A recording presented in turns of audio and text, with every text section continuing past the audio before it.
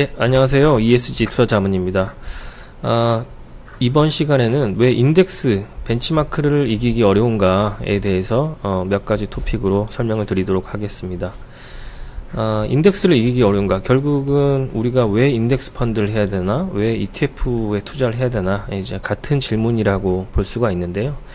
여기에 관련해서 몇 가지 이제 토픽으로 말씀을 드릴 텐데, 첫 번째로 가장 이제 핵심적인 부분은, 저희가 보고 있는 대부분의 인덱스들이, 시가총액 방식입니다. 시가총액 방식이라고 하면은, 시가총액이 높은 종목들이 제일 많이 비중이 들어가게 되는 거죠. 그래서, 저희가 알고 있는 대부분의 주가지수, 인덱스들, 채권 인덱스들도 다 시가총액 방식이다라고 볼 수가 있고요. 이렇게 이제 시가총액 방식으로 하다 보니, 최근에 올라온 종목들, 그러니까 이제 가격이 많이 올라온 종목들을 더 많이 편입을 하게 됩니다. 결국 이제 추세 추종 형태로 이제 편입이 결정이 되게 되는 상황이 되겠고요. 예를 들어서 짤막하게 설명을 드리면, 테슬라라는 종목이 6개월 만에 2배가 됐다고 가정을 해보겠습니다. 6개월 전에 5%였는데 지금은 이제 10%가 돼 있겠죠. 지금 상황에서 이제 새롭게 포트폴리오를 구성한다고 보면은, 이 10%의 편입비로 테슬라를 가져가기가 쉽지는 않을 겁니다. 왜냐하면 단기간에 너무 급등을 했으니까요. 그래서, 투자자들 입장에서는 좀 더 저평가되고, 오르지 않은 종목을 더 많이 비중을 가질 수가 있겠습니다. 하지만 시장은 아무도 모릅니다. 이제 테슬라가 많이 올랐지만 더 많이 오를 수도 있는 거고요. 그렇게 되다 보면 이제 인덱스 벤치마크를 지게 되는 그런 현상이 나오게 됩니다. 요런 현상을 이제 퀀트적인 분석에서는 이제 모멘텀 현상이라고 하는데요. 이런 모멘텀 현상이 사실 전 세계의 다양한 주식 시장에서 이제 작동을 하고 있습니다. 실내라든지 이제 관련된 논문들이 굉장히 많은데요.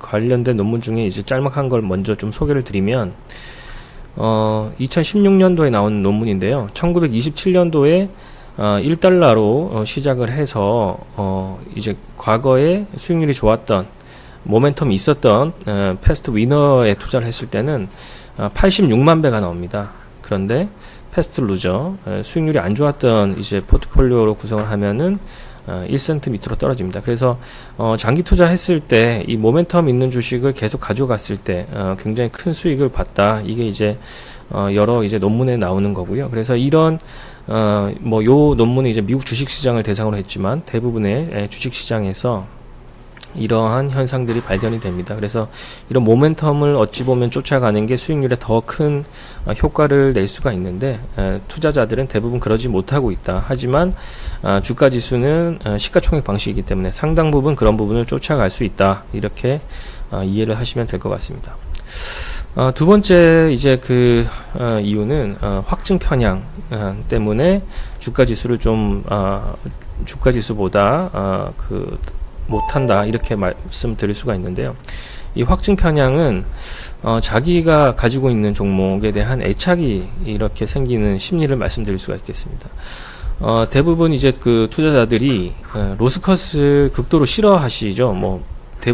다 마찬가지일 텐데.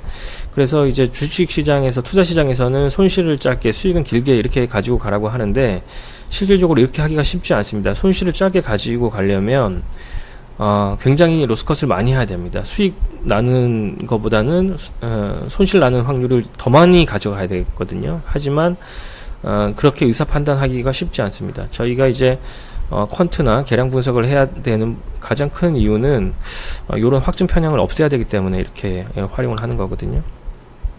실례로 이제 10년 전에 코스피 지수, 우리나라의 이제 코스피 지수의 이제 구성 비율을 보시고 지금의 이제 구성 비율을 보시면 10년 전에 있던 종목 중에 상당 부분 많은 종목들, 여기서는 이제 6종목이 바뀝니다. 그래서 기존에 10년 전에 좋아 보였던 종목들, 예를 들어서 포스코라든지 현대모비스, 삼성생명, 현대중공업, 이런 종목들이 빠지게 됩니다. 하지만 요 당시 기준으로 봤을 때 애널리스트나 펀드 매니저, 개인 투자자들이 봤을 때 이런 종목들이 되게 좋아 보이죠. 목표 주가도 좋았을 테고 가이던스나 컨센서스 나쁘지 않았을 겁니다. 하지만 그 시장이 바뀌면서 흐름이 바뀌면서 이런 종목들이 탈락을 하게 되는데 이렇게 바뀌는 거에 그 적응을 빨리빨리 해가면서 포트폴리오를 하기가 쉽지 않습니다. 왜냐하면 확증 편향이라는 게 있기 때문에요. 왜냐하면 이 상위권의 종목들을 대부분 가지고 있었을 겁니다. 이거를 하루아침에 버리고 다른 종목을 산다라는 게 쉽지는 않은 거죠. 하지만 인덱스 펀드, 벤치마크는 이런 거를 기계적으로 바꾸기 때문에 좀 더 시장을 잘 추적할 수 있다, 이렇게 말씀드릴 수가 있겠습니다. 세 번째는 이제 실증적 분석인데요.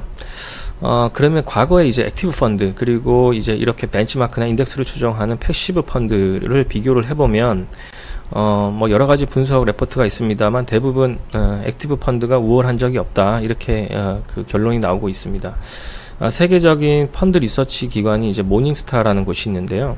지난 10년간 이제 주식형 액티브 펀드하고 패시브 펀드를 비교해 봤더니 액티브 펀드가 우월했던 펀드 비중은 7% 정도라고 얘기를 하고 있습니다. 근데 사실은 이제 7%가 아닌 1.6%가 맞고요. 왜냐하면 이 10년이라는 기간 동안 주식형 액티브 펀드의 많은 부분 80%가 사라집니다.